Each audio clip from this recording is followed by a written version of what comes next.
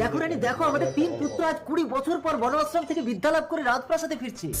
বড় রাজপুত্র বলো, তুমি কি বিদ্যা শিখলে? পিতা, আমি ঘরে বসে সারা পৃথিবীকে দেখতে পারি। অতি উত্তম। মেজ? পিতা, আমি মুহূর্তের মধ্যে পৃথিবীর যে কোনো জিনিস এনে দিতে পারি। বেশ। ছোট?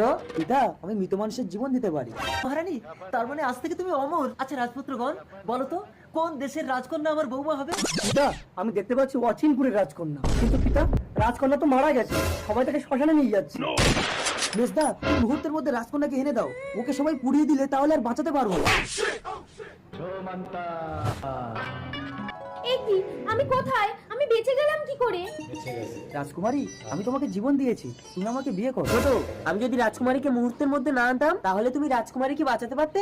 রাজকুমারী, তুমি আমাকে বিয়ে করো। মেজো, আমি যদি সময় মতো রাজকুমারীকে না দেখতাম, এতক্ষণ সবাই রাজকুমারীকে পুড়িয়ে দিত। রাজকুমারী, তুমি আমাকে বিয়ে করো। দাঁড়াও।